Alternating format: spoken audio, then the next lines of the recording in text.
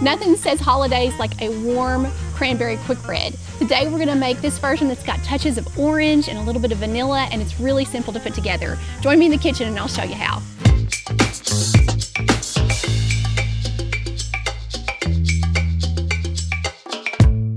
So to start our quick bread, we're going to start with 4 ounces of cream cheese in the bottom of a very large bowl. And we're gonna put in about a cup of sugar. I'm using organic cane sugar here. You could use a little bit of honey, or you could half and half this with some coconut sugar if you'd like to. If you use honey, it will make your bread darker faster. So there's some adjustments that we need to make. If you have questions about that, leave me a comment in the description box or down below the description box, and I will help you figure that out. Then we're gonna add our vanilla in there and 1 egg. It's always better to bake with eggs that are room temperature if you possibly can. And then we're just gonna beat this up really quick, and we're gonna kind of cream everything together. We want the sugar to kind of start to dissolve and the cream cheese to blend in.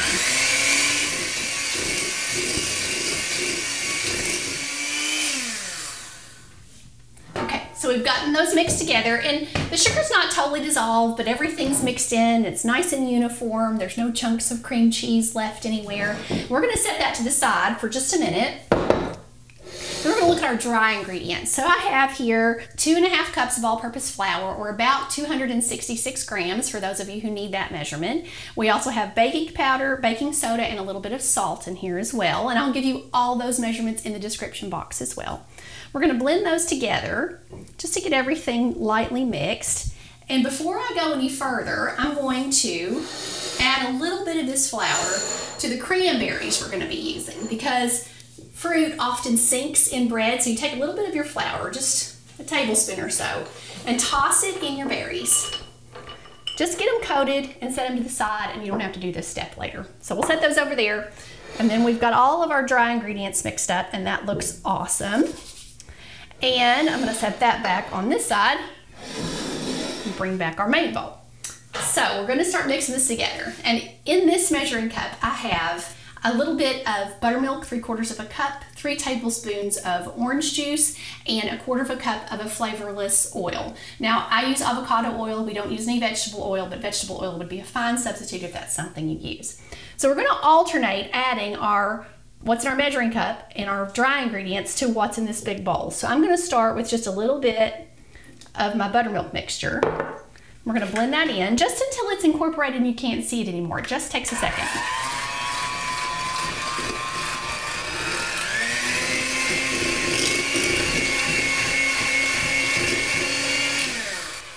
That's it. Now, the trick with this, anytime you're making any kind of a quick bread and you're blending your ingredients like this, is to make sure you're not overbeating that flour, because we don't want this to be tough. So we'll do about half of this or so in. And we're only gonna mix it until the flour disappears. Just don't beat it to death, okay? So let's put that in.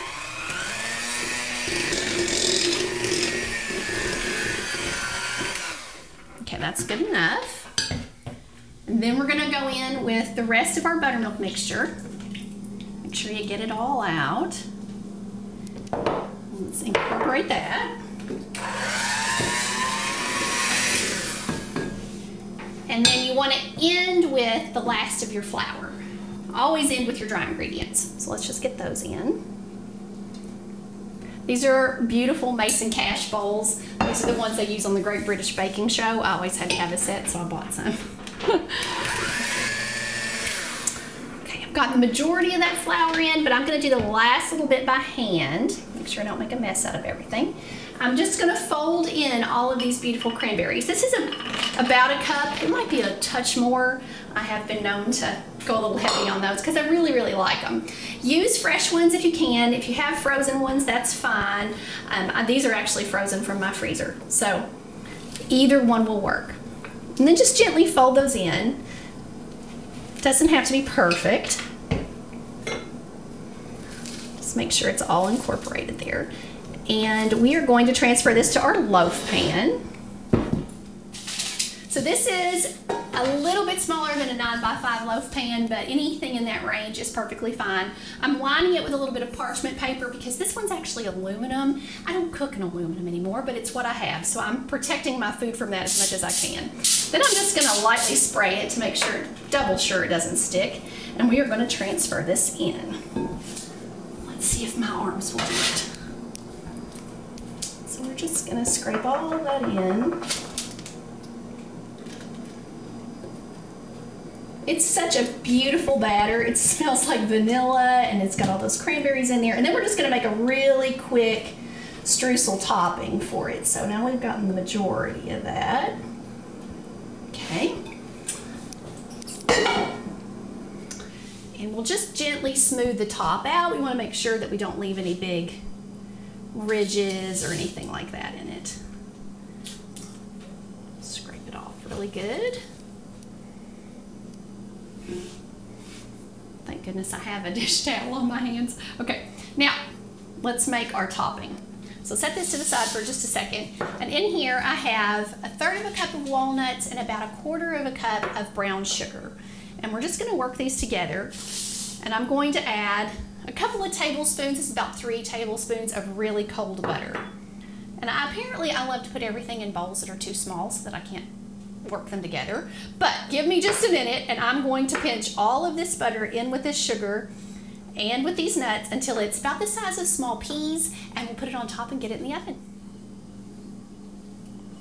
All right, I did a bowl switch so that I could get this all broken up, and we're just gonna take all these chunks of butter and walnuts and brown sugar and put this on the top. It doesn't have to be perfect because it's gonna kind of spread in the oven, so just get a little bit on there, get it all on there. It's okay if you've got a couple of holes here and there, they'll fill in.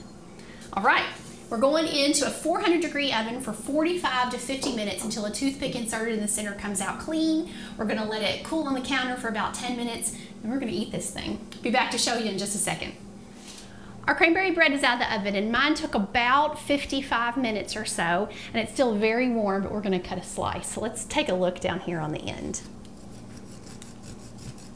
Hopefully it's not going to fall apart on us while we do this. Let's see. Oh, look how beautiful. Can you see this? All of those cranberries studded up in there. That is gorgeous. And the texture is almost like, not quite like a pound cake, but very, very close. You're going to absolutely love this during this fall season.